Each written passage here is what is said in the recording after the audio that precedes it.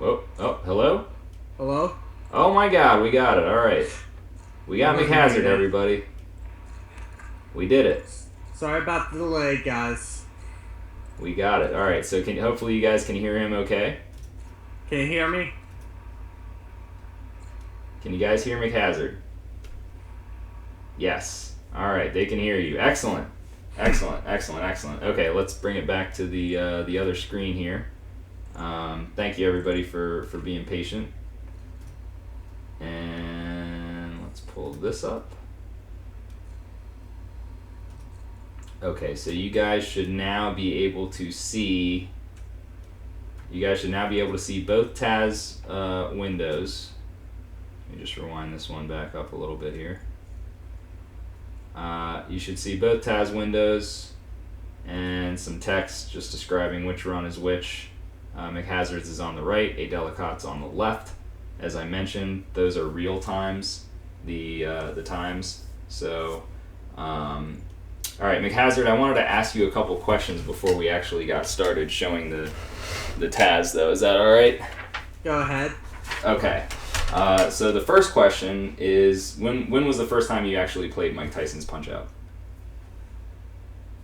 I have never actually played the game in real time. Whoa! Dude, I was not expecting that. That is amazing. Okay. Well, I guess the follow-up question would be then, do you ever plan to play it in real time? If I can get a card and an NES, yeah. Okay. All right. Cool. Cool. Well, maybe somebody will help you out with that, because I have a feeling people are going to be pretty excited at what you've put together here. So, do you play any other games? Do you play like newer games or just any other console games at all? Yeah. I play the Metroid Prime games a lot, along with a few others. Oh, nice. Okay. I'm a big fan of Metroid Prime. Awesome. Awesome stuff. Okay. Do you do any speedrunning, or is it more just like kind of casual? No speed running yet. But you're definitely a fan of speedrunning. I'm thinking about it. Okay. All right. Cool. Yeah, definitely, man. Maybe you can give Miles some competition someday. I doubt it. He is simply too good. Yeah, Miles is pretty good. For those of you that don't know about Metroid Prime, he's something else. All right. So I guess how do you have interest in this game? Like, how did you first even get interested in Punch-Out if you've never even played it on console? Well, I've never played this Punch-Out, but I have played Punch-Out Wii about a year after it came out. Oh, okay. All right. So then how did you find my stream then? I don't remember. It's been a while, I guess. Yeah. So what made you want to try to do a TAS of this game then? Well, actually, the plan was originally to score TAS. Interesting. Okay, so did you actually start messing around with that and start doing some of the score runs? Yeah, I've got an almost complete Glass Joe and start of Mr. Sandman. Okay, alright, that's pretty cool. See, I didn't even know that. And then I guess eventually you figured out you wanted to try something with the speed strats. Yeah, just got to thinking if a couple things would work. Right. So like the first one that you mentioned to me was, the max damage uppercuts on Super Macho Man. Why don't those work on Piston Honda 2? Right. And I guess, nobody really had a good answer for it, so you took it upon yourself and figured it out. Yeah. So, all right. Well, pretty cool. I think I might have a few more questions for you later if the chat might want to ask you some things, I'm sure, after they see the run, after everything goes down here. So why don't we start with Glass Joe? Did you try to find improvements on Glass Joe, or did you just assume that 42 was the absolute low? I checked, but not too hard. Okay. All right, so we're gonna start here. We'll do a Delicat's one first. Let's see what he's got on Glass Joe.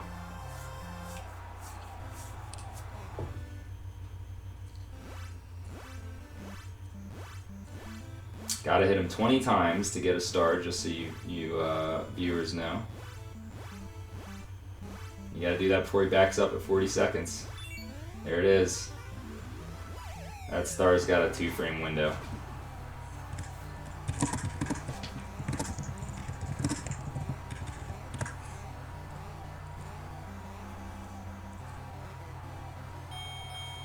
Oh, you're behind with the with watching. Yeah. Do you want to, like, how far are we talking? Like, how many seconds?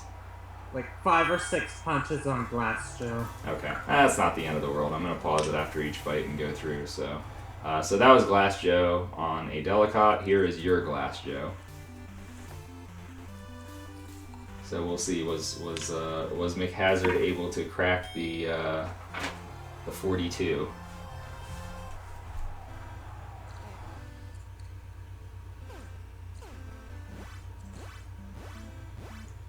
I noticed you did a little variation in your opening there. Yeah. I pulled a couple tricks to try to get the star earlier, and they worked.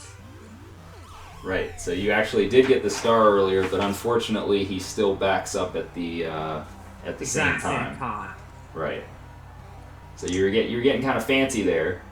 So as much as tool-assisted movies are to show how fast you can do things, they're also to show off a bit.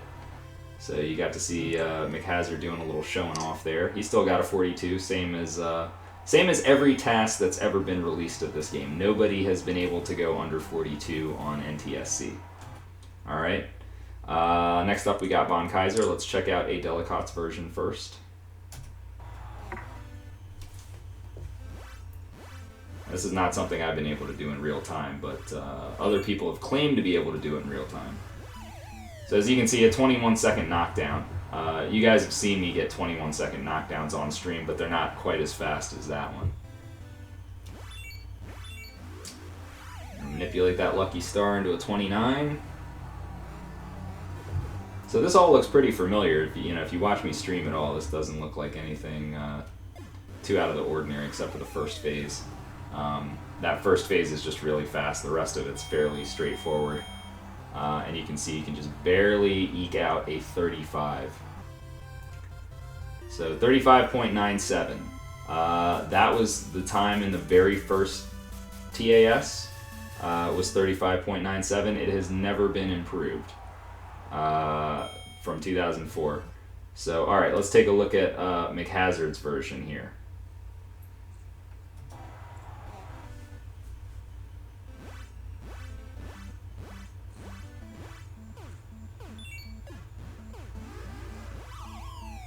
What the hell?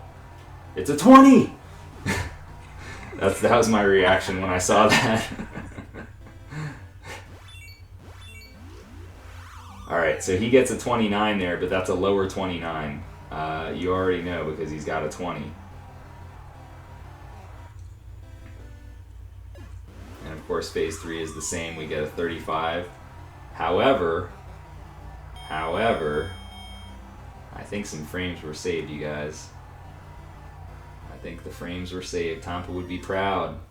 35.61. And just real quick before I ask you for your comments, just so everybody knows, the timing works like this. You can get 0.00, 0.25, 0.48, 0.61, 0.82, and 0.97, and 0.99. Those are the outcomes that you can get for the decimals. So McHazard, how the hell did you do that?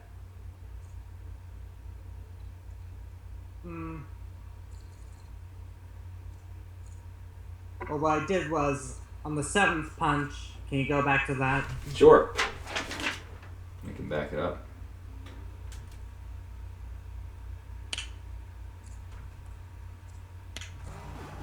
Oh, wait a second here. Alright.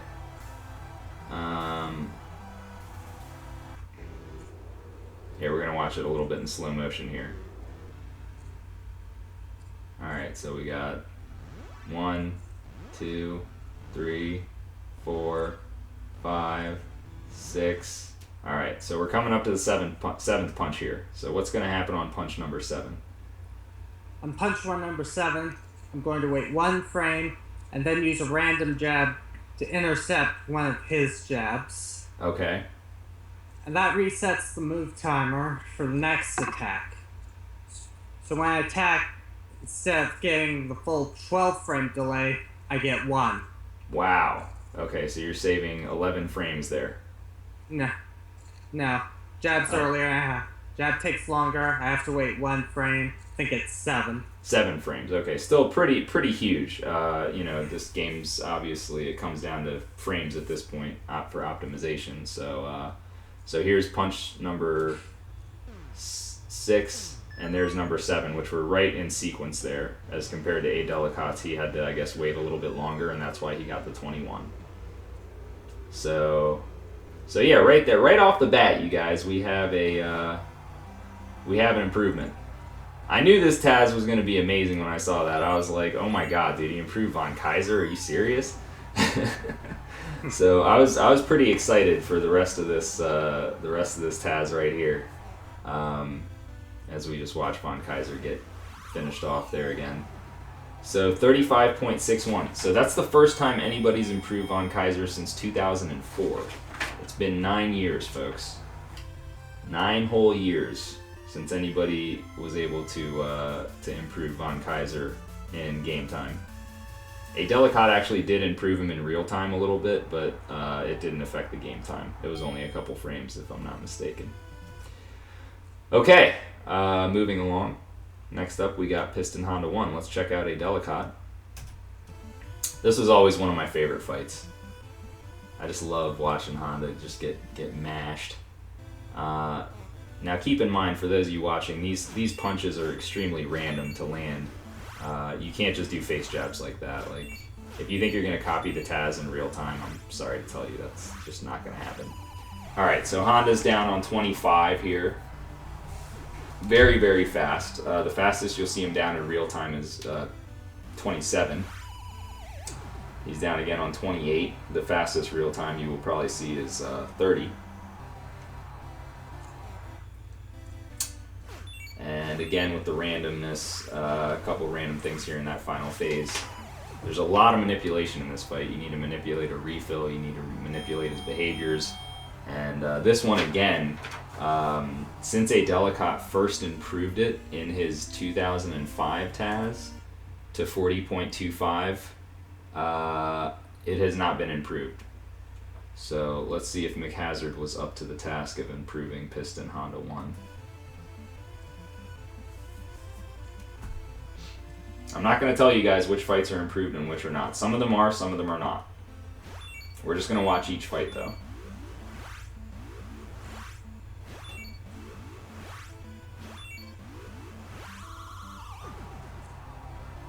I was very confused when I saw him go down at 22. I was like, wait a second. That's not right.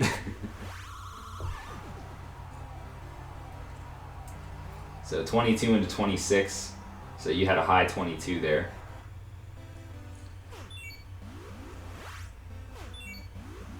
Okay, so there was a lot going on in that fight because you just got a 36. Alright, let's get to the blue screen here and see what we got. 36.97. And the chat goes wild.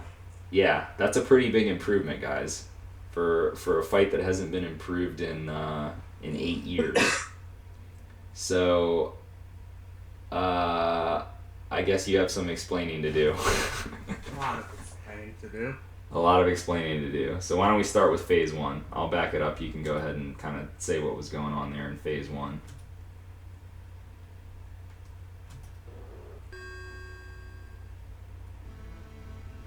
You used the standard opening, I noticed.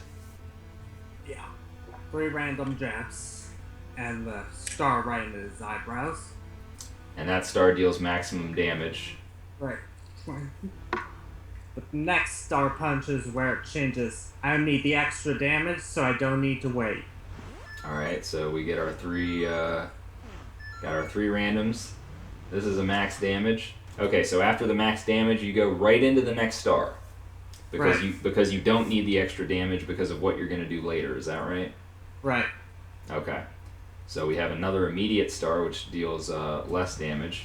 And right after this is where the fun begins. All right, tell us about the fun. Honda 1's pattern is probably one of the most complex in the game. Random delays, random attacks, random looping back to other parts of the pattern. It's all over the place. Yeah, he's crazy. Yeah. Alright. So what's the main manipulation that you're going to do here after this next uppercut? Well, first I'm going to get another star. It's random, and he gets to not throw his first hook. Alright, so we got our random star. Then I noticed the guard gets manipulated. Then I'm doing a max damage uppercut, like on Honda 2 and Super Macho Man. Okay.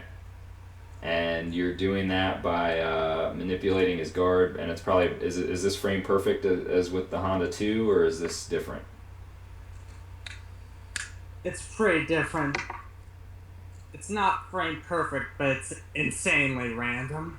Okay, it's insanely random. And I think you told me why, but can you just explain to the viewers why that would be? With Super Macho Man and Honda 2, they'll drop their guards before the Star Punch lands, and it'll do max damage. Honda 1 won't drop his guard. It'll do less damage unless he's doing an uppercut right as the Star Punch hits. So I have to choose the excuse me. So basically you're making sure he's doing the uppercut pattern there. Right. Okay, and that's not something that he always does. That's pretty random, so that was probably a pain to manipulate. I can't even do it on the second attack. I have to skip the second attack and have him do an uppercut on the third. Okay, alright, so we're going to hit him here. You guys want to watch the energy bar. Watch how much health drops after this Star Punch. Look at that. His energy is still going down, like right as he's hitting him again. And then those last two hits in phase 1 are pretty standard, I take it? Or are those not? It's the same thing as before. That jab's not random because it goes in transition after the uppercut. Right. But it's the same thing for the next uppercut. It's max damage. So I have to throw it into one of his uppercuts. His uppercuts. Okay, so you're doing 2 max damage uppercuts there in phase 1.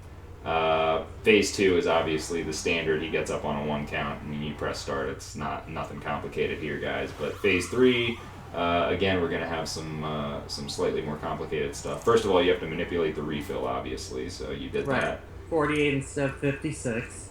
Okay, and then you're going to open here. With a random jab. Random face jab. That's not going to hit every time, but in the world of TAS, it is. So you got that. And then we're going... wait for a max damage uppercut into his first eyebrow jab. Our uppercut. And then you get another random jab, it looked like there.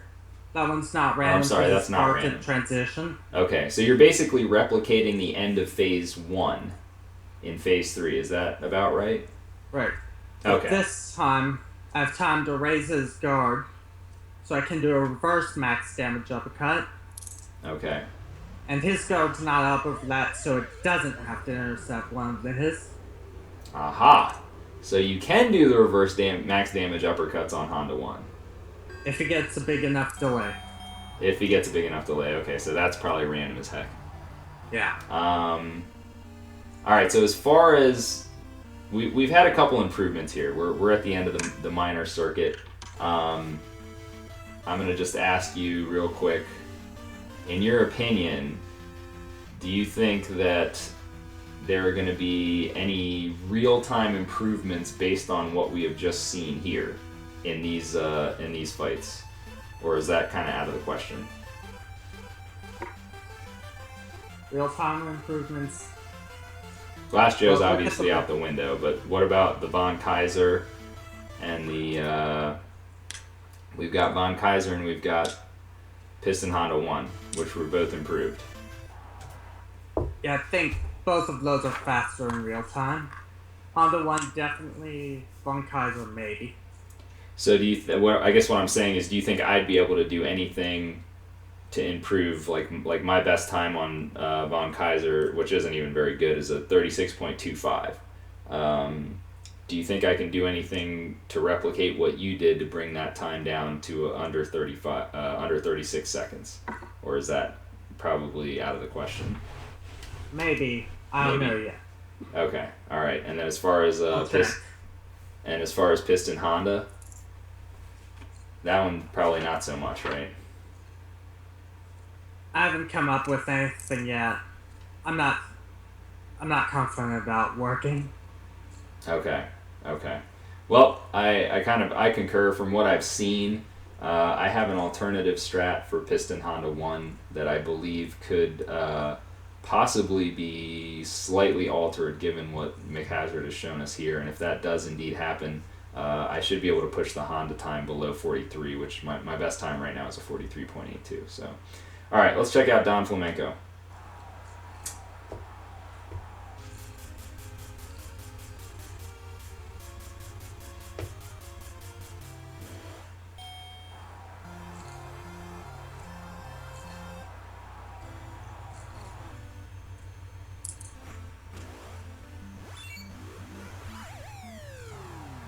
You guys have seen that before. 10-second knockdown. You guys have all seen me get the TAS time on Don Flamenco if you've watched my stream, so there's nothing spectacular about what just happened there. I guess the only question is going to be whether McHazard was able to find some craziness. Now keep in mind, there is the clock stop glitch that you can use to lower this time, but that's a separate category. So we're not doing any clock stopping. All right, McHazard's turn. See what he's got.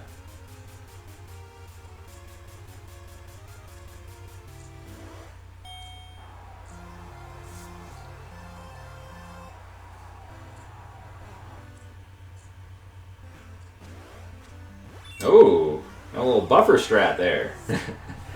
that was a nice touch. I really enjoyed that tribute to Zallard 1 and his famous buffer strat. Pretty important find. Thought should be included. Yes, I agree 100%. I was excited when I saw that. Okay, so obviously no improvement to this fight. It's pretty much as low as it can go unless you're manipulating the clock somehow. There's not really any faster actions that you can do, so I was not expecting this fight to be improved, and I don't think anybody else was either. So, was this one that you even looked for improvements, or were you just kind of like, it's probably not much that can be done? Quick check, but not too much. Not a lot you can do. Yeah. All right, let's move on to everybody's favorite run killer, King Hippo. Fukh. Indeed.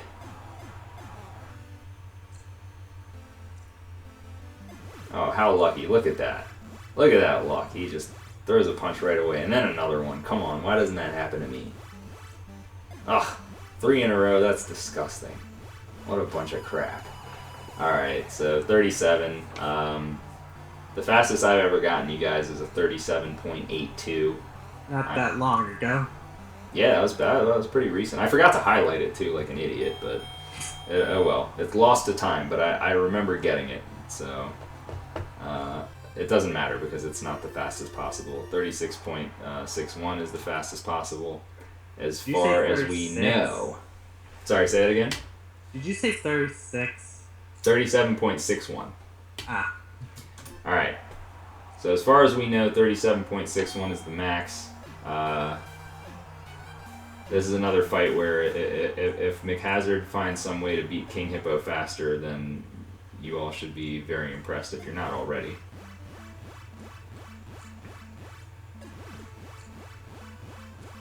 Lucky 7.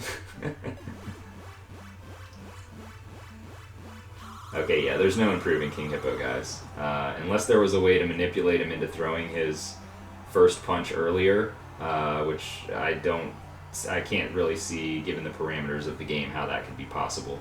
There's nothing that can be done. He's throwing 3 punches as fast as he can, and Little Mac is retaliating as fast as he can. So again, you're going to get a 37.61. And I can't see any way that that would ever be improved I didn't even upon. bother to check Hippo. Yeah, I don't blame you at all. That's one where it's pretty fixed. All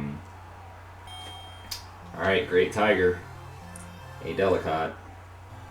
Now, just to note, you guys will notice I'm using a similar strategy, but I don't use face punches for my delayed hits. I use right-hand gutters. The right-hand gutters are slower, and that's why even though I'm using the exact same pattern, my fight time is a lot slower than this one. You'll usually see me getting a 48 point something, as opposed to this, where he's got him down on 40, he's going to get a 47.48.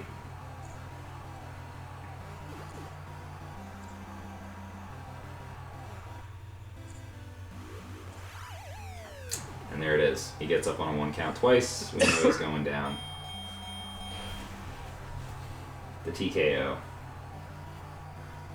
He has been knocked out in a technical fashion. Alright. See if McHazard could do some magic here on this fight. Figure out something crazy.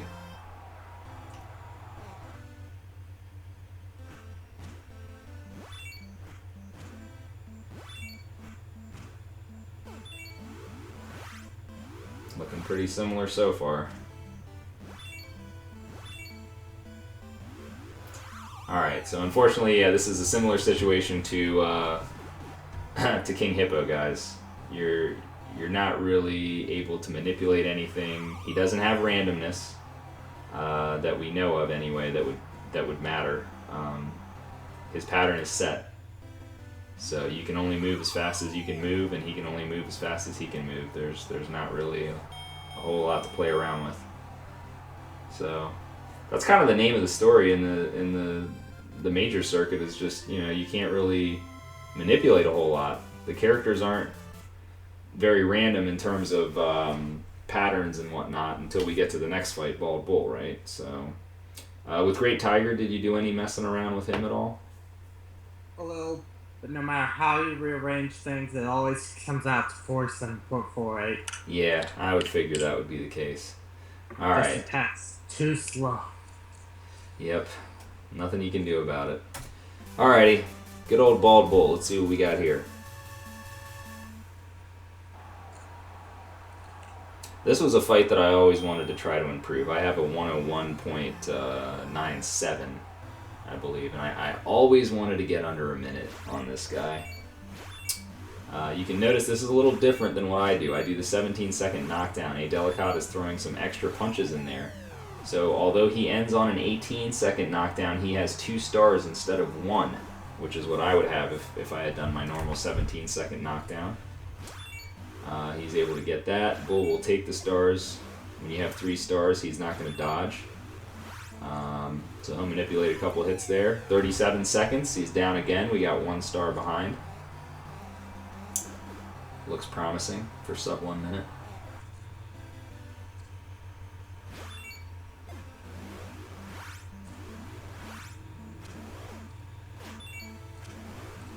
And there it is, 57.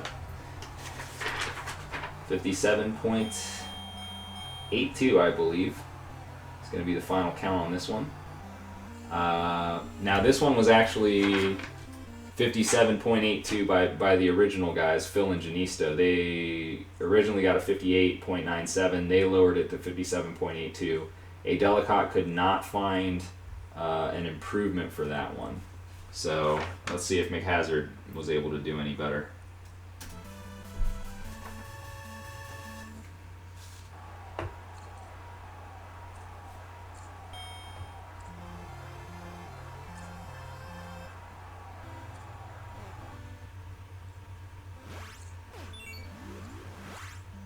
Alright, so right away we see this is a different strategy here.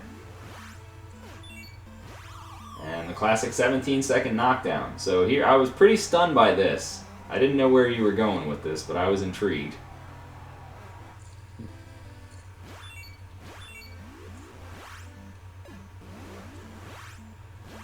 Oh mama. Bald Bull getting owned.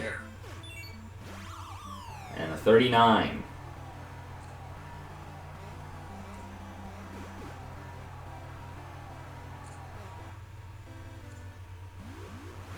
Notice he had 3 stars, though. Phase 2 a little bit slower, but 3 stars. Oh my god, it's 55!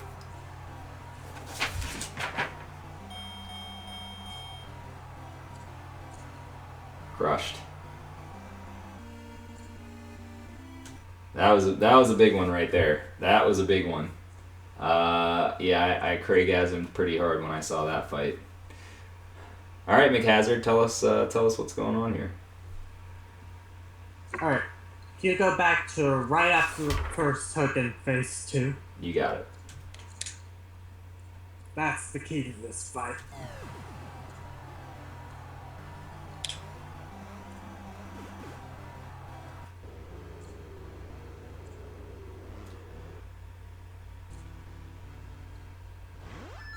Okay, so this is all pretty standard up to this point. Up to this point right here, this is an identical fight that I could have. And then you go ahead, you throw your star. You're going to get a frame perfect dodge there and throw another star. And then right here, this is where things would change. So up to this point of the fight, I could actually replicate every single thing that you've done. But you're about to do something crazy. So tell us about that. Thing is, we're at 20 seconds. Bull's guard doesn't speed up until 30 seconds. So I raise start before he does the hook. And I have just enough time to get one more face jab in there. So that single punch changes everything. That single punch Everything. changes everything. So that's a very important note for you guys. The reason that you can hit Bull so much in the beginning of the fight is because his guard is not as fast as it becomes at 30 seconds. And he's not the only fighter like that. There are some other fighters where their guard actually becomes faster as the fight goes on. But it's really noticeable with Bull because it happens so early in the fight. He doesn't like getting hit in the face. That's the bottom line. So you're saying there's not a whole lot of room to maneuver with this in terms of like real time wise. I'm probably not able to get another star using this tactic. Is that right? Unless maybe if I reordered things, you think? You don't have enough time before the first hook to get another punch in, and with this one, you have to react pretty fast. It's something like a 3-frame window. After that, you'll just throw into his second hook and it'll block it. Huh. Okay, so that's maybe out of the question then. Right. Well, it was worth asking. All right, so let's check it out. So we got 28 on the clock. McHazard nails him in the face. Look at that, 29. So 29, he can still hit him in the face. If it had been 30, he was going to block. That's basically the difference in this fight. Is that right there, getting that extra star, and then you get another one right there because he throws his hook. And then you manipulate, of course, the rolling jabs pattern. And by manipulating the rolling jabs pattern, you can deal a max damage uppercut and get an extra star there. So that kind of set up phase 3 very nicely, having 3 stars as opposed to 1, which is what a Delicate had. He only had 1 star.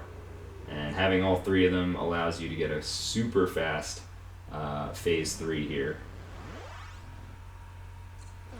This phase 3 was actually the last improvement I found. Saturday, right after I said I was submitting it last weekend. So there you go, guys. I was giving McHazard such a hard time for not submitting, but it was because he found this this gem. So my apologies, McHazard. I'm sorry that I was critical of your non-submission, but now that we have seen the true glory of it, no one will ever question you again, I don't think. You are forgiven, Mr. Sinister. Thank you. All right, good. So we're moving on. We're moving on to the world circuit here, and as you guys know, it's no surprise the next fight is going to be improved. I obviously was able to improve it in real time, so you better believe that McHazard is going to improve it in the tool-assisted method. It's just going to be a question of how much. So keep in mind, a Delicate's time for the next fight is 50.25. My time is 46.61. And you guys are about to get to see the truth. Well, first let's watch what a Delicate does. So this is actually the true moment of weakness right here, you guys. The third punch of this fight is frame perfect that you're going to see. Alright? Frame perfect punch right there. That's a frame perfect punch. That's called the moment of weakness. Oh yeah, no sound, I'm sorry. I muted it for the bike scene. So 27, he's down. Just remember in mine... yeah, please don't put any spoilers if you've already seen this, you guys. Yeah, don't spoil. Alright, so I've already gotten... my fight is already done by this point. 46. A Delicate is behind. He's behind the curve. I remember thinking this was like one of the greatest fights ever, though. And the reason being is because Piston Honda 2 actually never throws a punch in that entire fight. There's only 2 fights that are like that. It's Glass Joe and Piston Honda 2. Those are the only 2 fights where the fighter, your opponent never throws a punch. You're just wailing on them the entire time. And I remember wanting to beat Matt Turk. He had a 50.97, and I was like, man, I know I can do this. Like, it's all about. I even practiced. I had gotten the frame perfect punch. The third punch of the fight there, I practiced that and I did it. I did it on stream once. I have a highlight of it somewhere where I did that. And I was going to eventually come back to this fight and beat it. But then, of course, McHazard contacted me and told me about the real deal, which you guys are about to see. So this is what I saw. This is what I kind of told you guys earlier when I was like, I had to rewatch this about 16 times just to make sure that it was the truth. This changed everything. The game had been changed.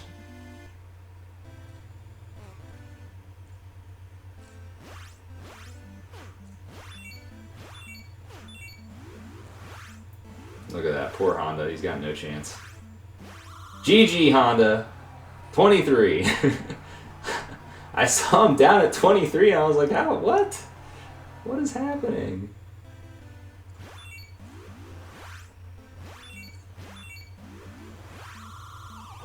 Yeah, good game, Honda 2.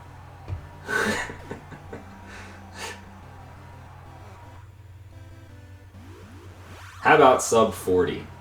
50? Sub 50 I thought maybe would happen one day. Maybe? Let's just do sub 40 instead. How about that? How does that sound?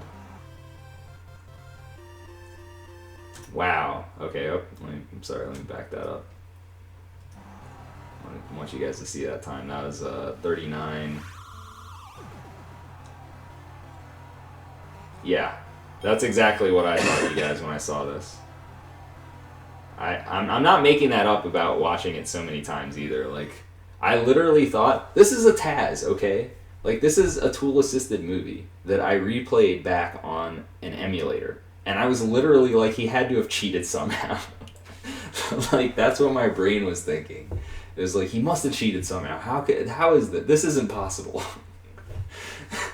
And then I had to calm down and tell myself, I was like, okay, look, it's on an emulator. Like, he didn't send me a video. He sent me the emulator file, which for those of you that don't know what tool-assisted movies are, it's basically it's just a file that your emulator replays. So it's just replaying whatever inputs the person put in. So when they press up, up gets pressed. That's all it is. It's just a sequence of inputs. So, all right, go ahead and say what you got to say about Honda 2.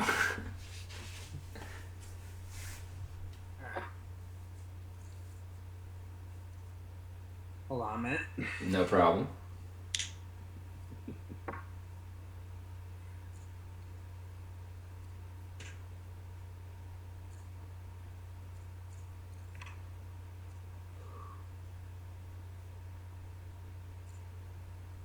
I'm just reading the chat a little bit here. Nice chat explosion.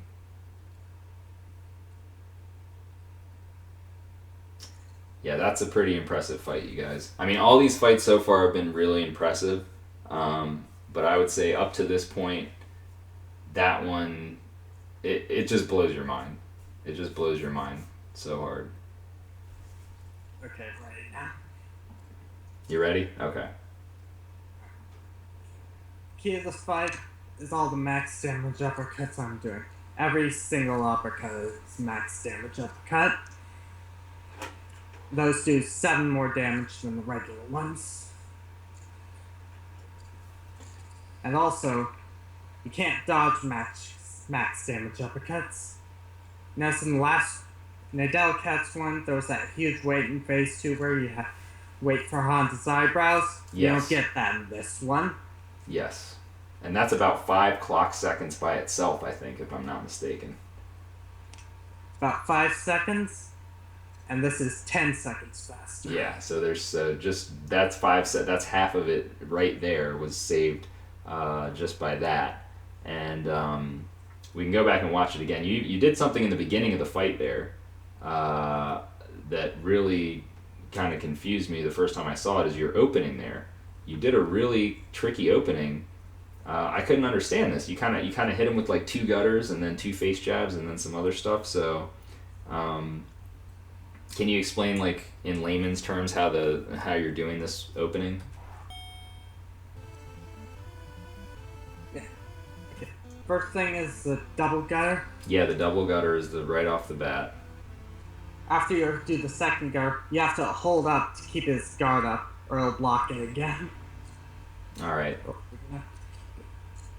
So after the first punch, you're doing something to manipulate so he keeps it up. Right. Okay.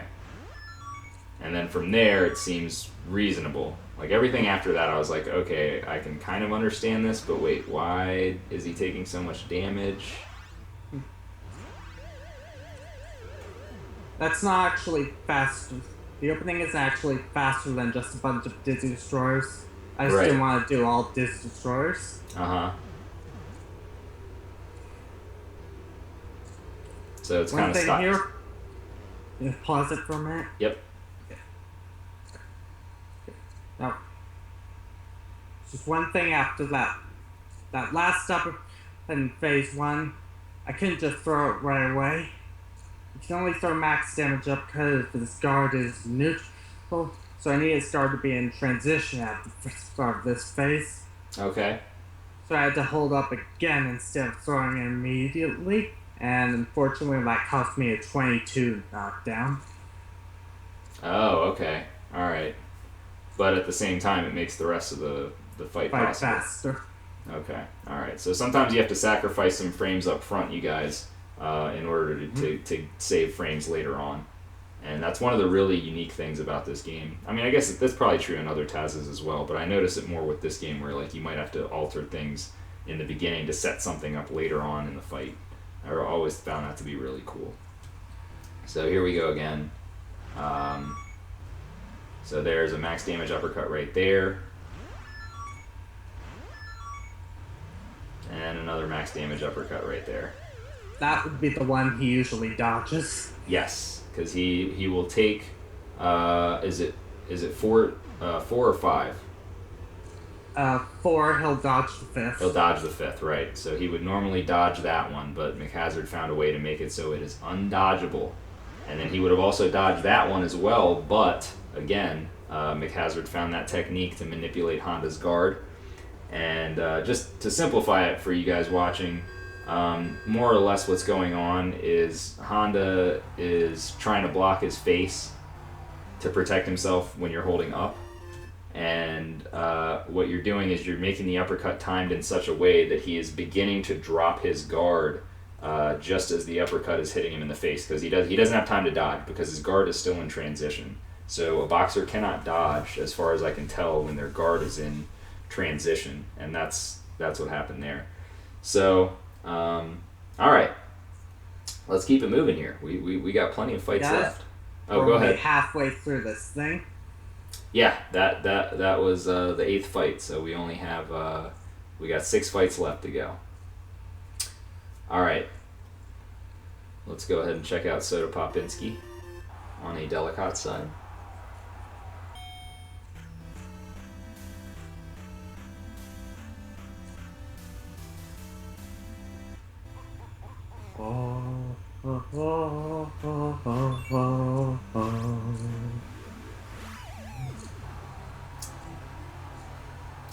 15-second knockdown. Now this was an improvement found by A. Delicate. The original time was, original soda was 47 by Phil and Janisto. A. Delicate improved it down to 45.25. He just kind of reordered a couple things, but essentially the premise is the same, what you're doing there. You just want to manipulate it so that he gets into that pattern as fast as possible, and then just take him down with the stars. So 45.25. Sorry, let me back that up here. Bless you. All right, there we go. 45.25. So this, you know, I imagine would be a tough fight to improve. Let's go ahead and see McHazard's version here.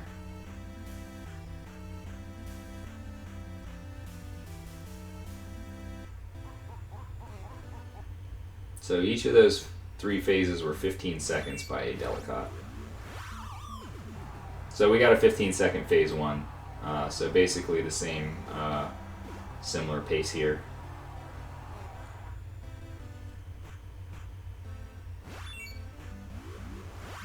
And now hold on a second now. We got a 29.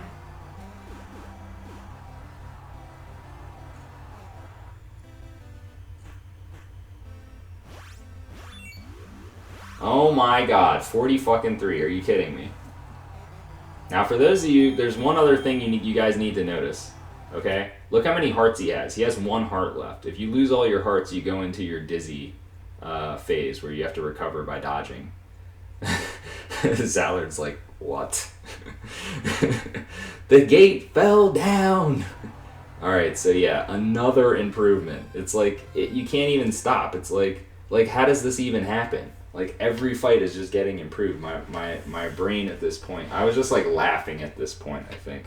I was just laughing because I couldn't even believe it. So 43.48. Do you mind telling us how that is possible? Yeah. What I do is manipulate his guard so I can throw a bunch of punches earlier. So that Popinski has random gutters. They can only be hit with tool assistance, and they have a 25% chance of landing. But if you do them, you can throw your punches earlier. Alright. So right here. Play again.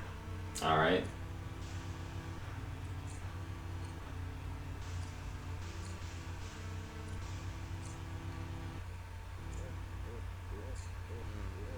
That slow motion laugh. That's pretty hilarious.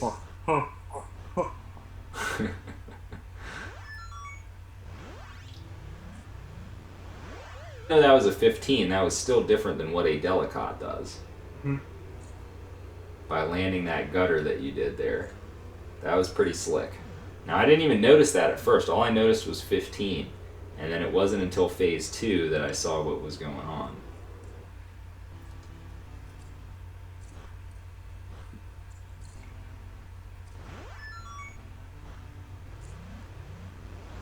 Or maybe not in phase 2, phase 3. That was actually, I guess, where you had to pay attention. Yeah, phase 3 is where you're going to manipulate it again. Because see, going into phase 3, I was confused here. I was like, wait a second, he's got 3 hearts. You know, how is he going to pull this off? And then, here we go.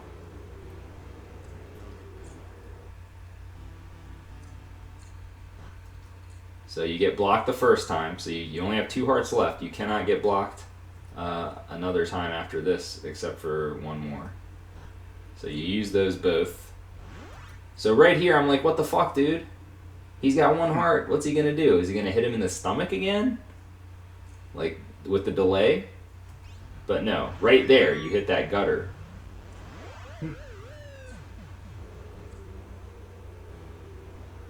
And you said that's 25% likely to land, that gutter. Right. And there's 6 of those in the fight. Wow. That's insane. Yeah. That is insane.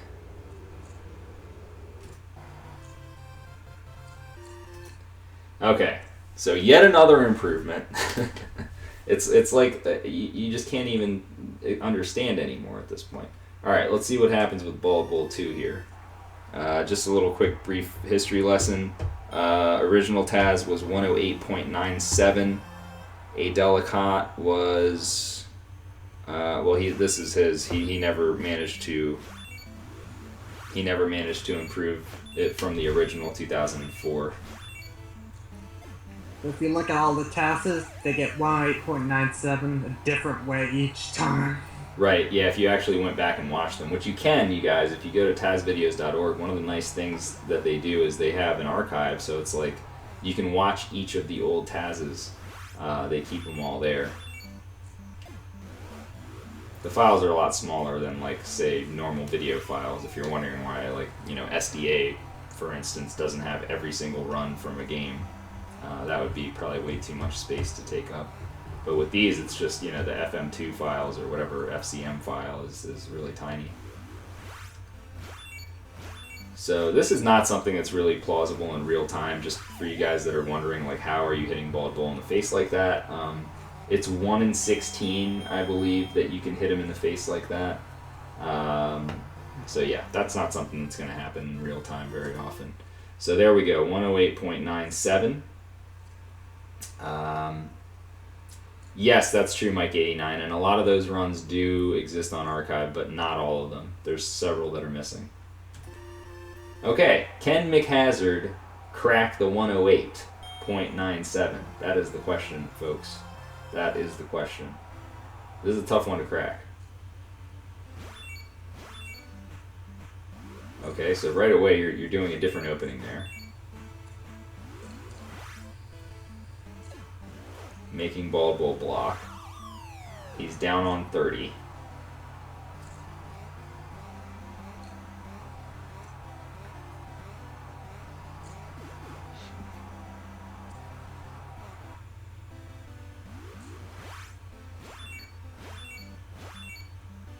Alright, so then you just bash him in the face a little bit there.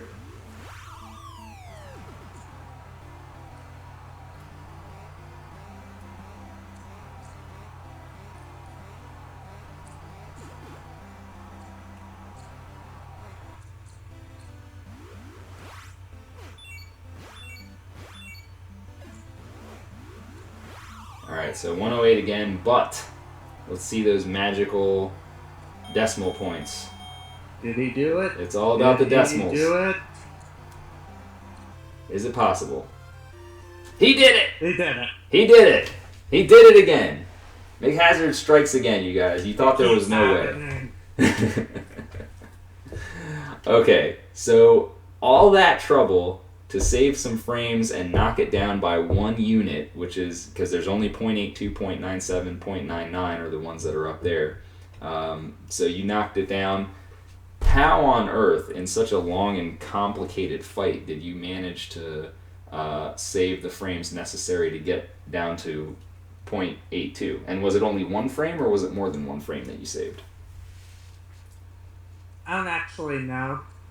I think it was more than 1. Okay. Because all he needed is 1. Just keep in mind, you guys, 0.97 and 0.99 are only 1 frame intervals. But 0.82 has multiple frames to it. So I guess we'll not know for sure, but we do know that he did beat it by at least a frame. At least a frame. Tampa would be proud. The frame has been saved. What can you tell us about this fight? The only real thing that's different is in phase 1. Can you go back to that?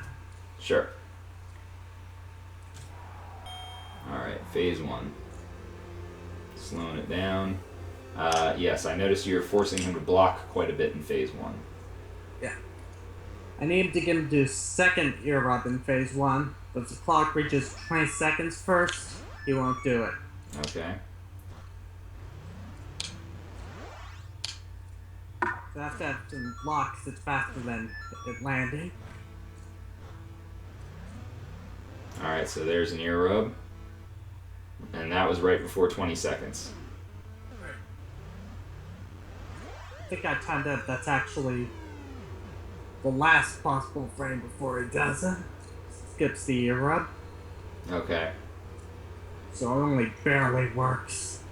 Just barely. Kind of the same as Ball Bull 1, actually, now that you mention it. Yeah. For those of you guys that don't know, every fighter has certain timers for their movement. There's like for special moves and things like that. There's actually a timer in the RAM that will count down until when they can do a special move. But I don't know, is that the same for for things like the ear rub and whatnot, or is that a different kind of thing? Like I'm talking about like Super Macho Man when he does his mini spin. He's got that countdown before he actually throws it. You know what I'm talking about? This Now is that's probably part of the pattern. that is okay. All right, so that was the main thing. It's always 4 rolling jabs and then ear rub. Okay. All right. So basically, the second and third phases were comparable to the original then. Right. Okay. So we already saved the frame that we needed. And then this is just the same. Now, I'm sure you looked into saving time in the second phase and the third phase. What was the problem with those two phases in terms of how you could not save time? There's really just nothing you can do. Can't last Star Punch until he attacks, and you can only knock him down with Star Punches. Right. Well, the only time you could land a Star Punch would also be if you did the ear rub. You could land it earlier, but then that wouldn't deal as much damage. So that's probably the predicament that you were in. Yeah.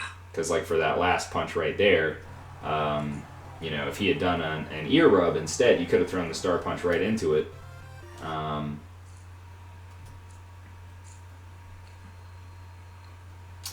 right. Let's move along. Where are we? We're on Don Flamenco 2. Don Flamenco 2. Here we go. Don 2, Mr. Randomness. Now remember, back in the beginning, it was 1:48. That was Phil and Janisto, 1:48. A Delicate was able to improve on that, so let's go ahead and take a look at his improvement.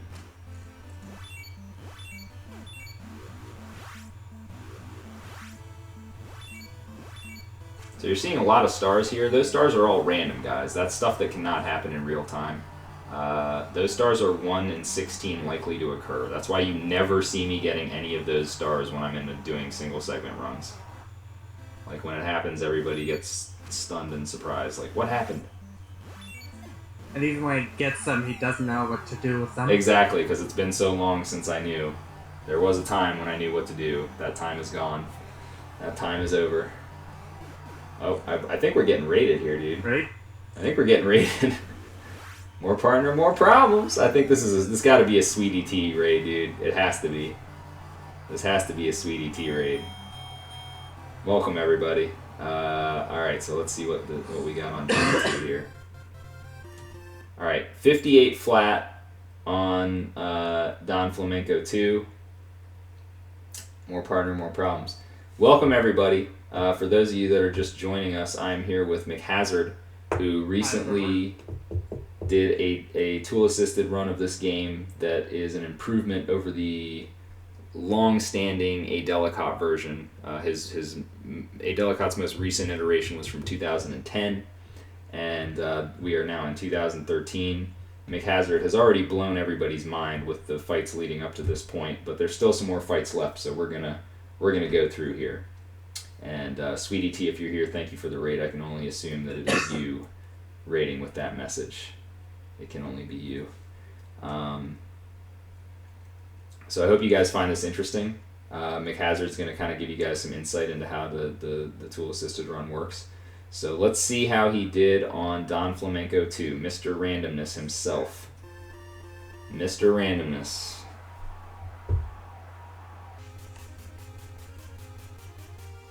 And just keep in mind, guys, not every fight is improvable. McHazard has already improved on a bunch of fights here. They're not all improvable. Some of them are, some of them are not. So, we gotta see what he does.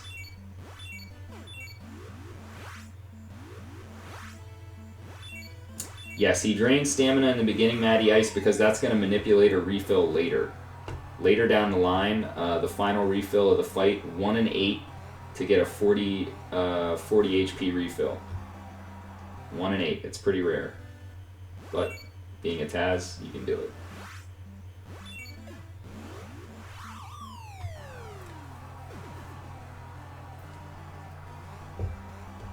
No way would I do that, XCAC. It's totally not worth it for this fight. Because you're depending on the final refill to be 1 and 8, dude. 1 and 8 never happens. Alright, so that's a 58 as well. Obviously going to be tied.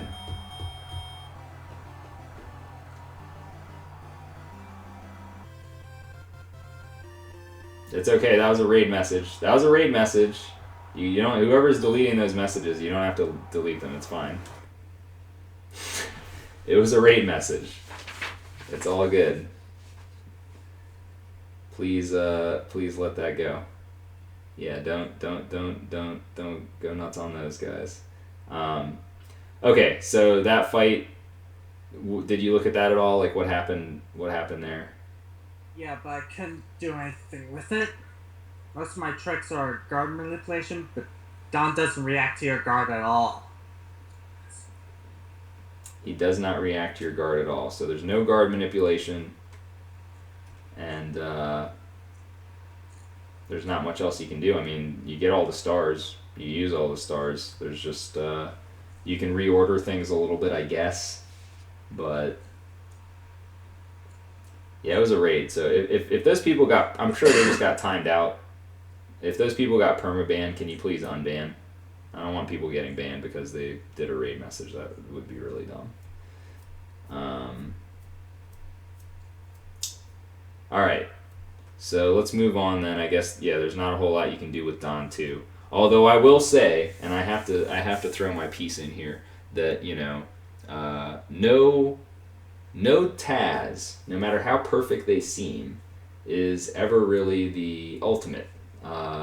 As you just proved here, you proved that, you know, even a TAS that people thought was never going to be improved very much, you've already smashed the crap out of it, and we still have 3 fights left. So that means that one day somebody might come along and improve your TAS, and if they do, I don't know why, but I feel like Don Flamenco 2 one day might somehow get improved. I don't know why. Just a gut feeling. I could be totally wrong about that. But we'll see. So anyway, let's move along to Mr. Sandman. Mr. Sandman. Now, Mr. Sandman, there's a couple things you guys need to know about Mr. Sandman. So let me say a couple things before this fight starts, please. First of all, we are pressing select before the fight to go down to half health. That's because you're going to take an intentional knockdown in order to reset his triple uppercuts pattern.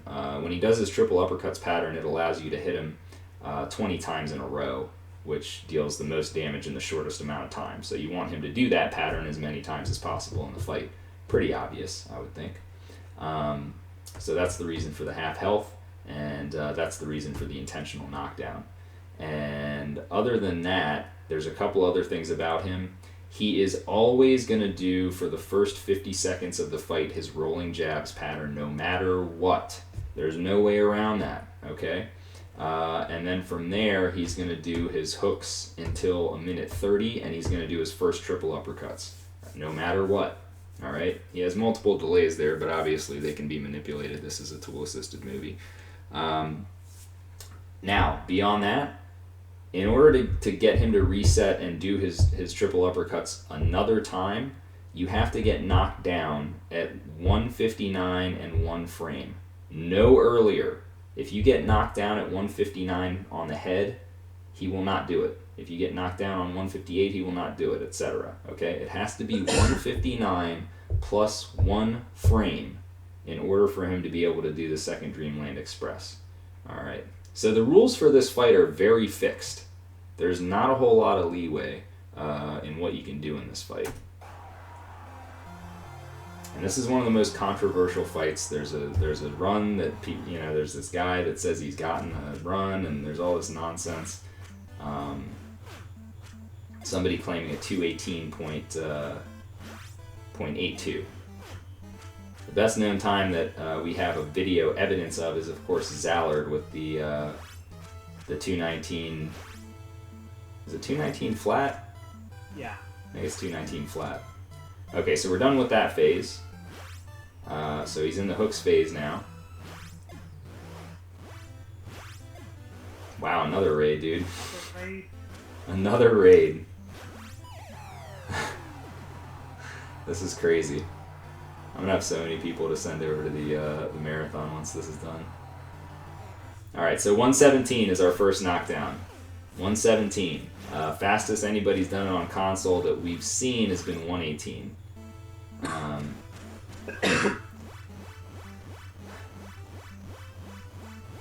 Thank you, Unibrow Raiders. Alright, 153 is our second knockdown.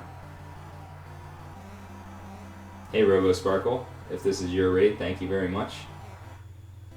Alright, so you're going to get in one extra hit here.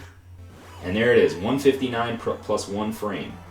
159 plus 1 frame, and you did an extra 4 damage, which comes important here, because now you don't have to do a late hit at the end of this sequence. Normally you would have to do a late hit like I do at the end of my fights, but he can just rail on him, and then there it is, 218.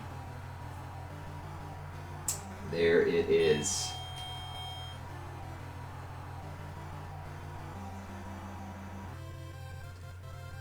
.218 flat. Okay, so the original time was 220.82 by Phil and Janisto, which is hilarious because Zallard, Juan, and I and other people have beaten that time.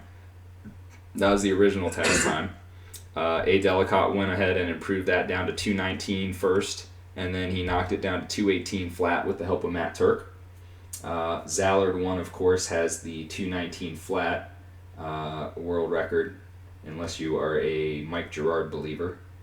Mike Gerard claims to have a 218.82, which is also published on Twin Galaxies. We do not believe that run to be legitimate. Anyhow, moving along, let's see McHazard's Mr. Sandman fight.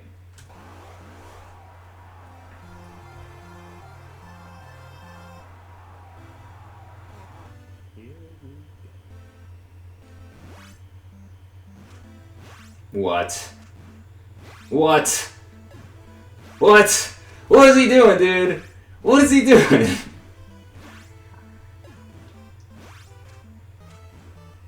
Alright, so I was freaking out here. Those punches deal, I was assuming, 5 damage.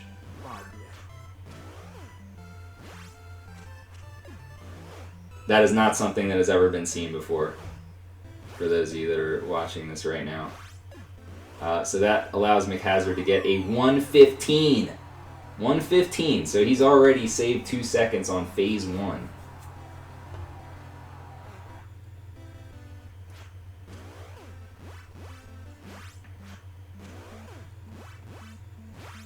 Alright, so now he's going to go into the Dreamland Express.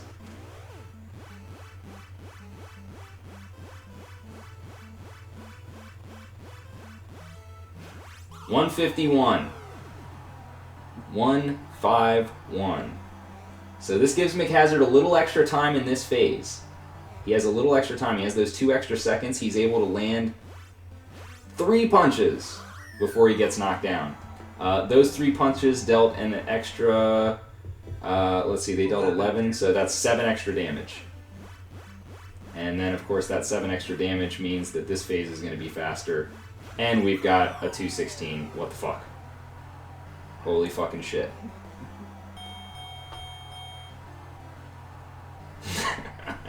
I love the chat's reaction to this. This is so great. This is so great. This is so great. Oh, wait, hold on a second. I've gone too far. Wait, hey, 216.48. There it is. You can see it at the top.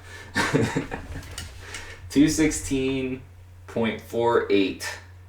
This man is a wizard. That's what I said, XCAC. McHazard and I have a PM on SDA, and that's, I believe I called him a wizard or a magician or something of the sort after I saw this. This was a fight I did not expect to be improved, but I knew it was an improvable fight. I knew in my heart it was improvable somehow. I just didn't think anybody would ever figure it out. McHazard, how the hell did you figure this out? This is crazy. I was thinking about this fight. Sandman's basically recolored Bald Bull. Can get late gutters on Bald Bull too. I've seen you do that. That's So true. why can't you do it on Sandman? Because his guard wasn't raised. That's exactly what it was, and I had no idea, and nor did anybody else who's ever played this game. Nobody figured that out. So yeah, McHazard was thinking about it in terms of, a lot of these guys are palette swaps of each other. Bald Bull and Sandman are essentially the same fighter. It's just they've recolored the palette, but their movements are the same. Their guards are usually somewhat similar, but there's variations. So you were just thinking along the lines of, okay, how can I hit this guy in the gut? And of course, the reason why this is faster, for those of you that are misunderstanding, because it's like, oh, well, he's just hitting him the same amount of times. When you dodge and retaliate with a face jab in the first phase, which is what a Delicate does, some of the face jabs deal 4 damage. Okay? Now, in this variation of what McHazard is doing, those gut punches all deal 5. So you get 1 extra damage, I believe, 4 times or 5 times there? Yeah, 4 times. 4 times. So that's 4 extra damage. So basically you're able to skip when you're punching 4 him. punches. Yeah, you're able to skip 4 punches, which essentially equates to getting the 115 instead of the 117 in phase 1. Now, the true question is this, and I struggled with this so badly last night after I saw this. Is it possible that Mike Gerard and his brother, who he claims is the one that figured out how to do this on Sandman, is it possible that they could have somehow figured this out? That may haunt me until the end of time, because you can't say that it's impossible. I don't think anybody could say that it's impossible.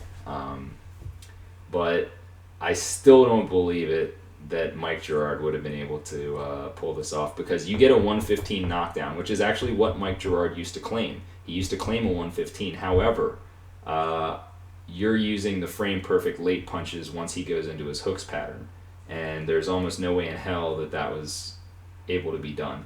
I don't think that he would have had to at least get a 116 or 17 using the normal phase 1.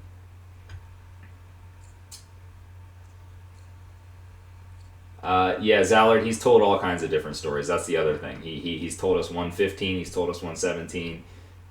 He's said everything. Yeah. You can't believe Mike Gerard. That's the bottom line. So anyway, for Zallard 1 and I, McHazard, you did tell me that it might be possible to replicate this in real time for us regular speedrunners. So Sandman is going to be the first individual fight that I go after, given these changes that we've just seen here. Mr. Sandman, he's on the hit list. I believe that I can bring him down to 218, maybe 217, maybe in the 217 range. We'll have to see about that. Sobe Chen, he might have had it figured out. I don't know. Sobe Chen's he's a master. Okay. So yeah, this was a very exciting fight for me to see. Did you immediately think that this was one of the improvable fights when you started to do the TAS of this game, or like, do you remember Not at all. Okay, so do you remember like what order it was? Like, was this one of the later ones that you found, or was this one of the earlier ones? I think it was Honda 2, then Honda 1, and then I went in order. Okay. All right. So then this was later on, since it's towards the end of the game. All right, that makes sense. So yeah, I mean, you were really thinking about ways of like, if you can do this on this guy, why can't you do this on this guy? And it made sense. Like the very first one, the very first improvement came from, if you can do the max damage uppercut on Super Macho Man, and his guard is similar to Piston Honda 2, because they're the only 2 boxers where you can do that Dizzy Destroyer trick, which is the gut face combo. Why can't you do max damage uppercuts on Piston Honda 2? And there's Sobe-chan. What's up? And that's how this all got started, was that kind of thinking. And then you carried on that kind of thinking throughout the process, obviously thinking like, okay, if you can, you're applying things that you can do on one guy to another guy and just finding a way to make it work. That was the real tricky part, was finding a way to get it to work. Because other people had this thought process before, but they just hadn't been able to find a way to get it to work, which you did. So you're really the first person that was able to kind of just dig deeper, I guess, into the game. And just, I guess maybe you just had like a belief, like, this should work, like this should work, and therefore I'm going to make it work. Whereas other people kind of gave up too quickly, I guess. So, okay. Shall we move on, or did you have any more you wanted to say about Mr. Sandman?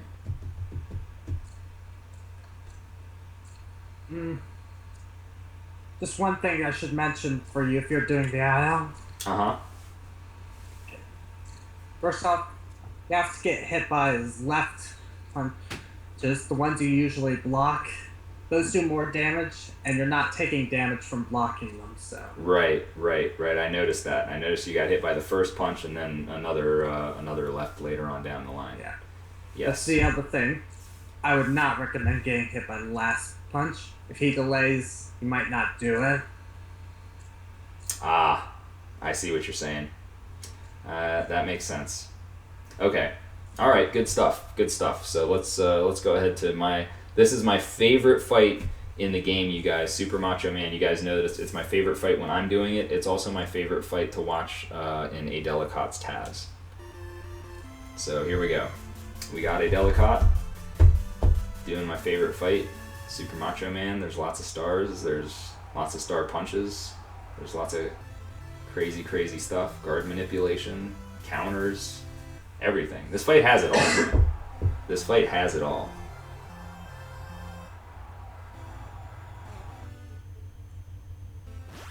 We're running out of time before the marathon, aren't we? We're okay. They're a little bit behind, and it's only 6:45. My run's not until like 8:10, and they're behind, so I think we're cool. I thought you said 7. No, it's 8. It's I'm pretty sure it is. I guess I better check the schedule. All right, so we had a 23-second knockdown, I believe, was that first knockdown, into a 36. And then the final phase here, of course, is going to be the fastest you can do, which is, you guys see me do this in my speed run a lot. It is a 9 to 10 seconds based on where the clock was for the previous knockdown. So you get a 45.25, I believe. There we go. 45.25. McHazard, do it again. I don't know. I mean, he's already improved. Let me see. Let me count. We got Von Kaiser, Honda 1, Bull 1, Honda 2, Soda Popinski, Bald Bull 2, Mr. Sandman. So there's already been 7 fights that have been improved in out of 14. He's already improved half of the fights in the run. People are like, I will say yes. They're not going to bet against you, that's for sure. Well, keep in mind, guys, this is a pretty tough fight. So it's really hard to get it lower than A Delicat focused on this fight a lot. This is one of the fights he spent the most time on, I think. And let's see McHazard's version.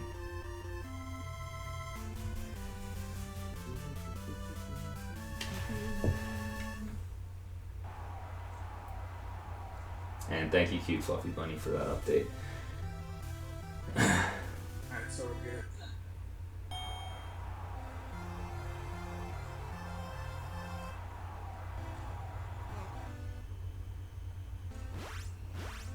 Oh, right off the bat, we got a little change.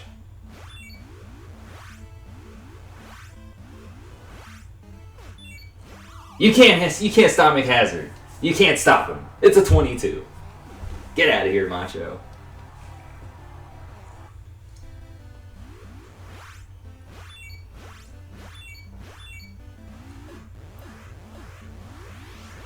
I got excited when I saw that one because you actually used the opening that I used in my IL with countering that first hook for 1 damage.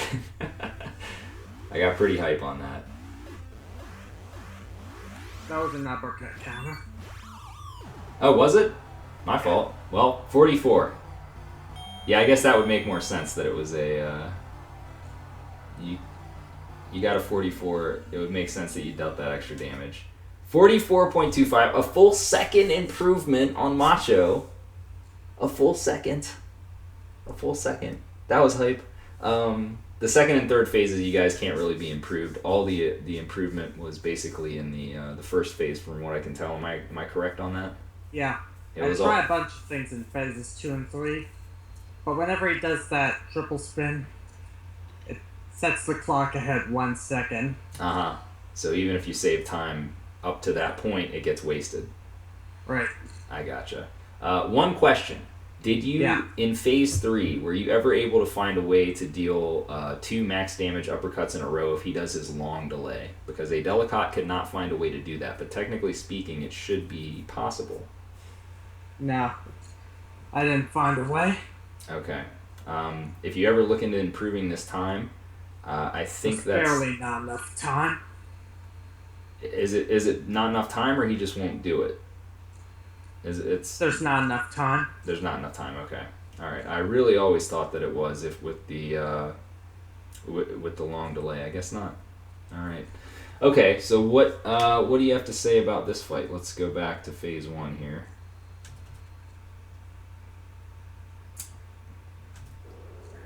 I'm gonna go really slow for this one. We got to go punch by punch almost. Oh, here, let's get over here, Macho. Stop shaking your tits. Come on.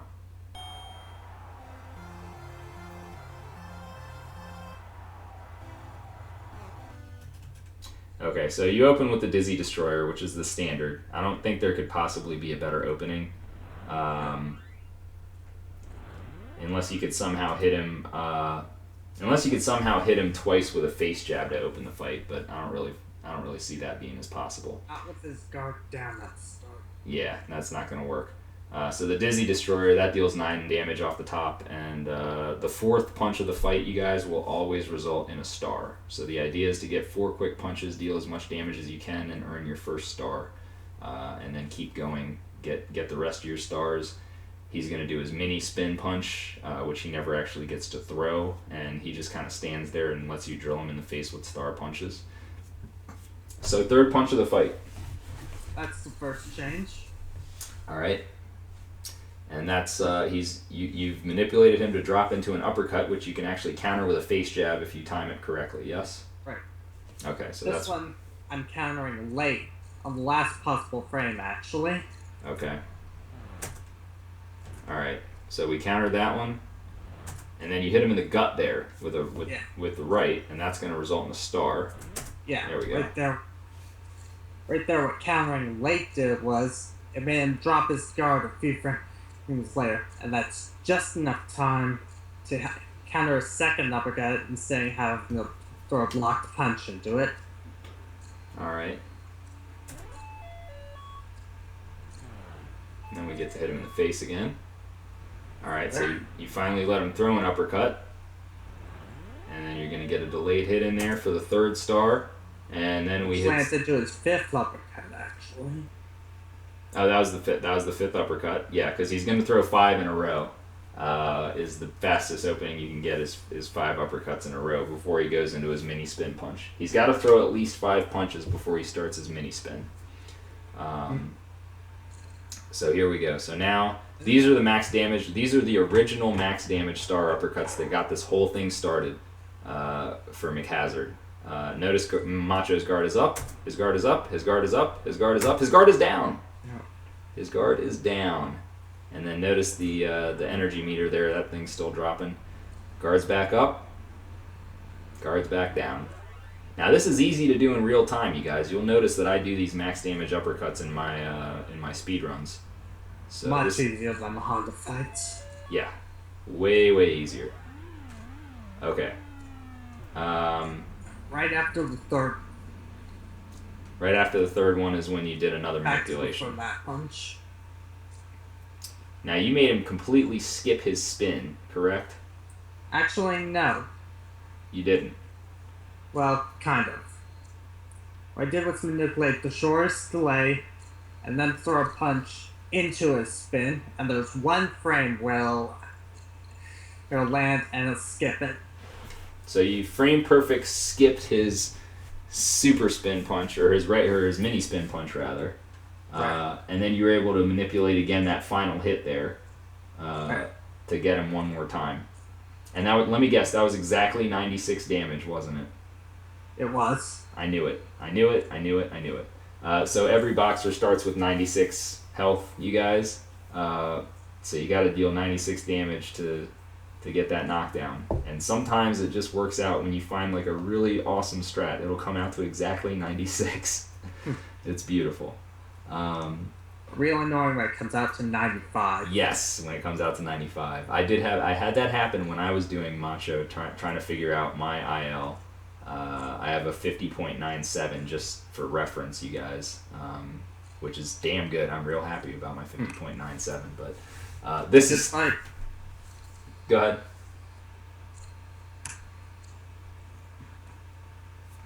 Were you gonna say something, McHazard? I was just saying that was a good fight.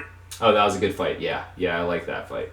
I don't believe that anything from this fight could possibly be applied to that fight, unfortunately.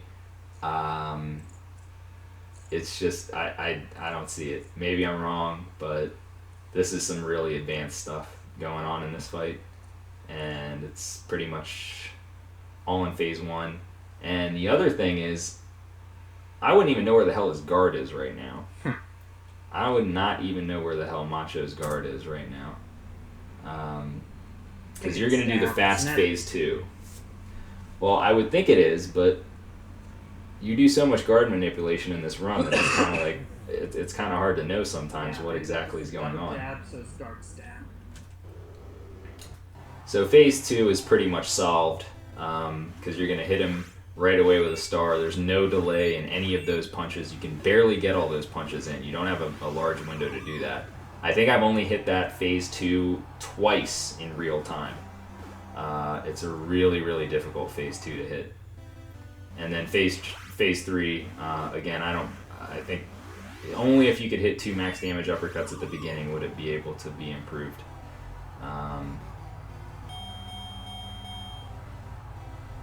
Because instead of ending with a star punch, you would end with some fast jabs, and it would probably be quicker than the star by a very, very little bit. Okay, so we got one fight left. It is Mike Tyson, and let's see what Delicat's got to do.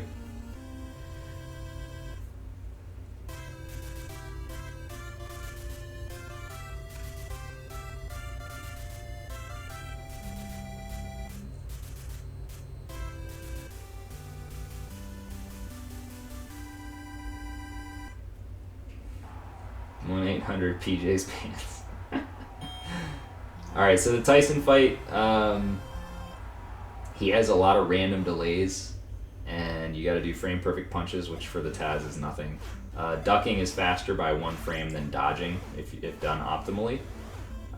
So basically, the idea in the TAS is you just want to manipulate as many punches as you can as fast as possible. So you just want to make sure that each punch has the absolute shortest delay.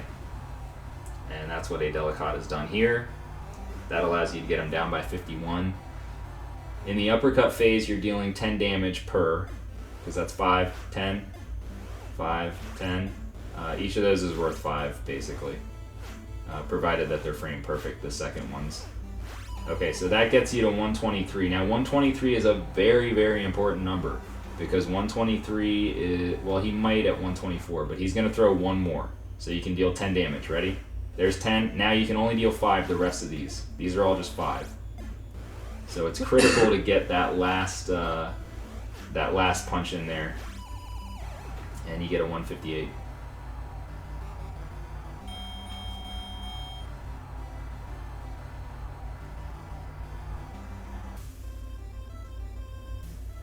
That finger speed.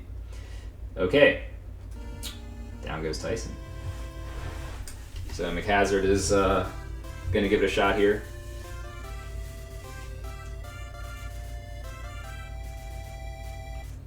Now the first TAS of this was 158. So going all the way back to 2004 was 158 was the fastest. Yeah, figure out the best there.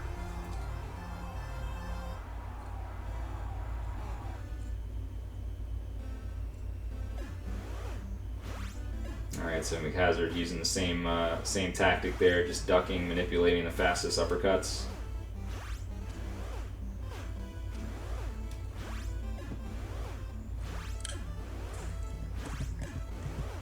And he's also got a 51. So far we're tied.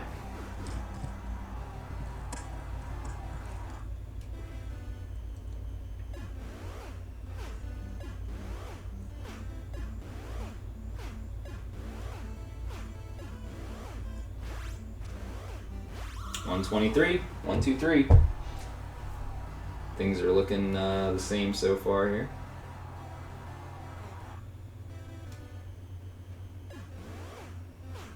Gotta get in that last uppercut.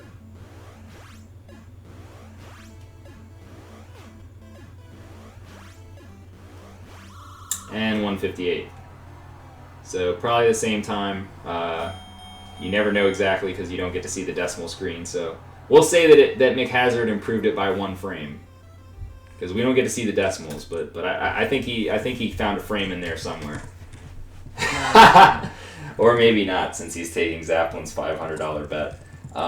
So yeah, again, that fight, you guys, there's no wiggle room there. Basically, like I said, Mike Tyson is going to throw his punches in the same sequence every time. You manipulate the shortest delay every time. He can't possibly delay any shorter.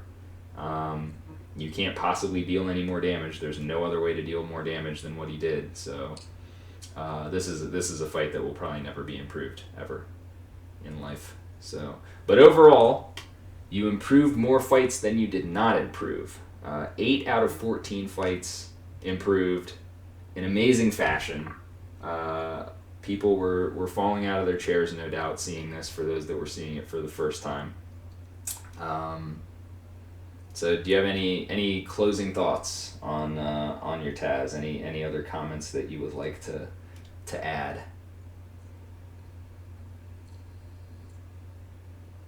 Nothing I can think of. Nothing at the moment. Okay. Well, I would encourage you guys all to are you ever planning on streaming in the future, do you think? Maybe one day? If it does, it won't be for a while. Won't be for a while. Well, if you want to type something in the chat right there so that people can see your name and then they can follow you if they like. I would highly recommend following this guy. If you saw what he just did to this game, then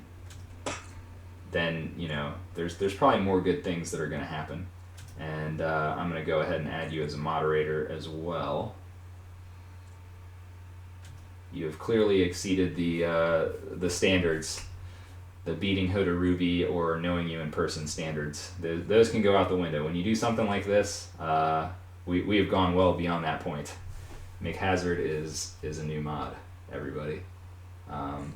Congratulations to him on this TAS. This is by far the most amazing TAS I have ever seen in my life. I have watched a lot of TASs over the years, probably since like 2008. I've been watching TASs. This one, it was just shocker after shocker. Like, it started with the Von Kaiser fight. Like, when you improved Von Kaiser, I was literally like, I was excited and I was scared at the same time, if that makes sense, because I was like so like it does. I was like, oh my god, what else is gonna happen now? Like, holy crap, because that was really unexpected. And pretty much every fight that was improvable from that point onward got improved, with the exception of, in my opinion, Don 2 was the only one. But every other fight, because I was like, I knew that Glass Joe was not going to be improved. I knew that Don Flamenco, King Hippo, Great Tiger, like, I knew those were all just thrown out the window. And Tyson as well. Like, those 5 fights, I was just like, nope, you can just throw those out right off the top. but basically, so every other fight besides those, I was like watching so intently, like, oh my god, what is gonna happen right now? And yeah, when I remember when you told me, because I asked you, I think last week, I was like, on a scale of 1 to 10, how excited should I be about this TAS? And I think you said like 20 or something like that. I said 10 was too low. Yeah, you said 10 was too low. Wait, we were having 10 as high, right? Yes, 10 was the maximum. And then when you said that, I was like, man, this better be some serious shit here, because I mean, I already knew about Honda 2. I'd already seen the Honda 2, and that was like I was like, if he can go beyond that, that's crazy right there. I really was not expecting you to improve more than a couple fights, and I was not expecting you to improve them by as much as you did. Like, I thought maybe you'd find some small things here and there to just like save a couple frames, like the Bald Bull 2, you know, like 1 unit of time. I was thinking maybe that would happen in a couple other fights, maybe. But to do this, just to get a total blowout on some of those fights, was unbelievable. So I want to thank you for joining me in Skype as well. I appreciate it. I'm sure everybody that's watching appreciates it. No problem. You guys should all give major props to McHazard. This was truly just amazing. Amazing TAS. And is this your first ever TAS that you've submitted? Yes. What do you think about that, you guys? That's his first TAS that he's ever even done in life, and it's like probably gonna be one of the greatest ones ever. So pretty damn good, if you ask me. Pretty damn good. All right. There were a couple others, but they never got finished.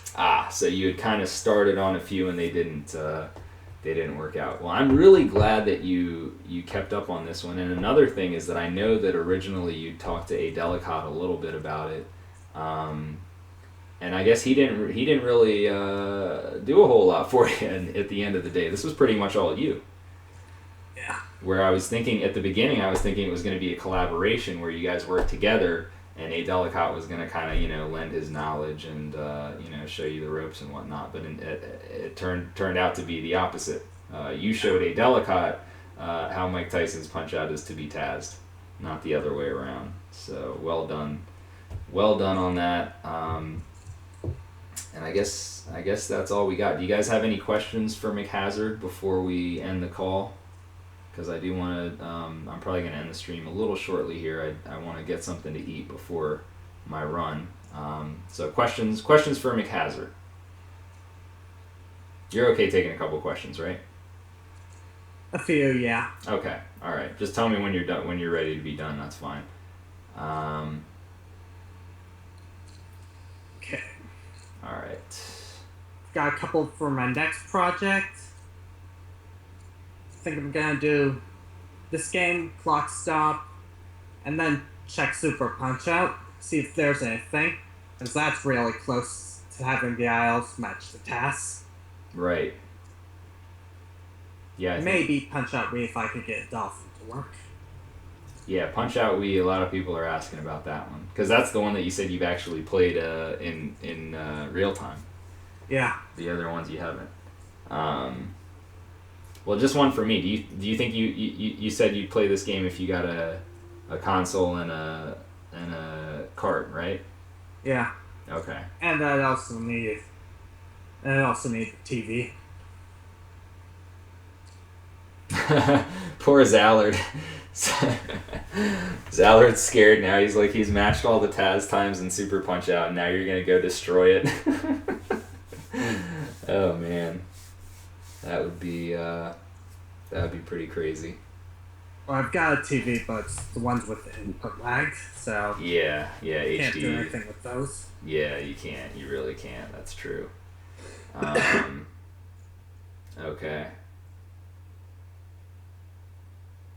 I don't know if you're comfortable sharing this, but I think some people were asking if you're American or not. You don't have to answer it if you don't want to, but yes. Yeah, Okay. California. There you go.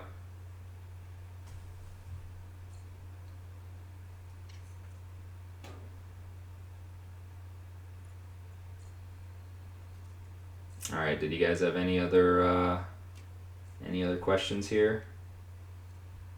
I think I'm gonna wrap up the Skype call. They want to know if you've boxed in real life. I have not.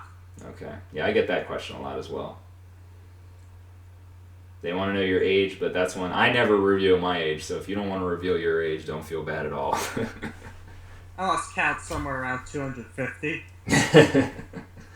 How long did this take you? That's a good one. A lot longer than it should have. I procrastinated a lot. Well, you started. I'm trying to remember when you sent me the thing on Honda. That was beginning of August. Yeah, that was in the summertime. That's right. Okay, so actually not that long then. That's only just a little over 3 months then. Refractor, the channel for the marathon is going to be Twitch TV. Here, I'll put it in here for you guys. And I'm going to raid this channel as well once we're done. I'm going to raid this channel, and then I will be on this channel playing Ninja Gaiden Pacifist sometime after 8 o'clock. I'm not sure how far behind schedule they are, but sometime after 8.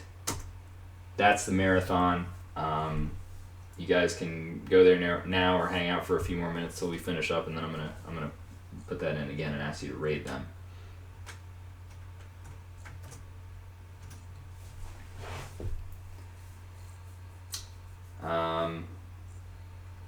All right. I think you answered this one before, but that was maybe early in the stream. Why did you decide on Mike Tyson's Punch-Out as your first TAS? Well, like I said earlier, I was kind of curious to see what a score task would look like. So I started looking into that.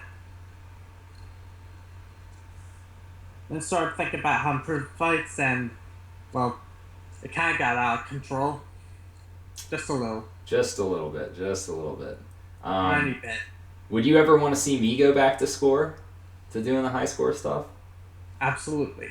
Yeah? Okay. Because I've been feeling like wanting to improve. You know, my high score run is good, but it's not nearly what it could be. I know I had a really bad Bald Bull 2 fight, and I'm sure you could probably fill me in on a couple strats that I missed, since you did start out on this.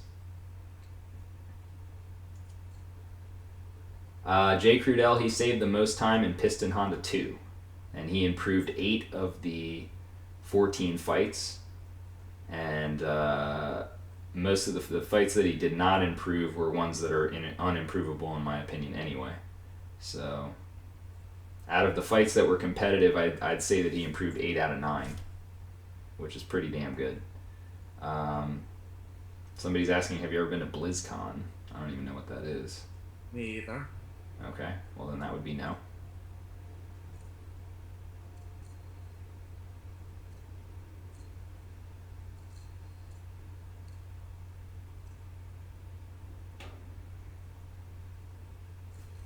He got the same time on Tyson, Camo. That's a fight that I don't think is ever going to see improvement. Certain fights, there's not a whole lot of randomness in terms of, like Tyson, the only randomness for Tyson is how much he delays between his attacks. His attack pattern is exactly the same, so there's no variation there. You can't get any stars. You can't hit him in different ways. There's not options, really. Maoni, it took him just over 3 months to do it, working on it on and off.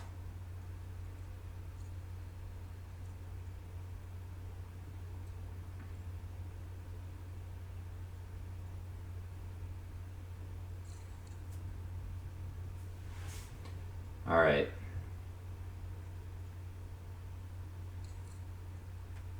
Did you guys have any other questions for me or McHazard? Or McHazard, did you have anything else you wanted to add? Because I think we are coming down to the end here. Oh, that's a good question. Did you notice any other Easter eggs, like the Bald Bull camera flash? Did you notice anything like that hasn't been discovered? I wasn't looking for things like that. Okay. Zallard wants to know how hard are the Sandman gutters. I think he missed it before when you talked about it. Well, I haven't tried them in real time, but just based on the frame window, not hard at all. Okay. Something like 5 or 6 frames. 5 or 6 frames is damn good. I could Yeah. do that. This is kind of an interesting question. Proof of concept. If you got in an elevator and Mike Tyson was already in there and nobody else was in there, would you say anything to him? And if so, what? If he was already in there, I wouldn't be. All right. Yeah, I think I would say something to, but only because I've seen that he's very approachable now. I recently saw a documentary, or it's not a documentary. It's like a show that he does. It's called The Undisputed Truth. They aired it on HBO. And I also know from talking to Matt Turk that because Matt Turk went to one of the live shows of that when he was touring the country, that he's a very approachable person in real life. He's not like mean or nasty or anything. He's really a sweetheart, believe it or not. I see. So I'd probably be in the elevator, but still be too afraid to actually say anything. to say anything to him. All right, let's see if there's any other ones. Are you familiar with game programming? Somebody asked.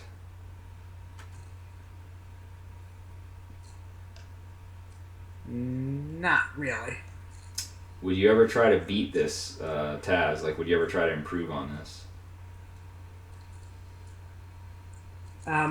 Maybe I'll take another look at it in a year or so. Okay. See if I missed anything. All right. Or if I think of anything before then. Right.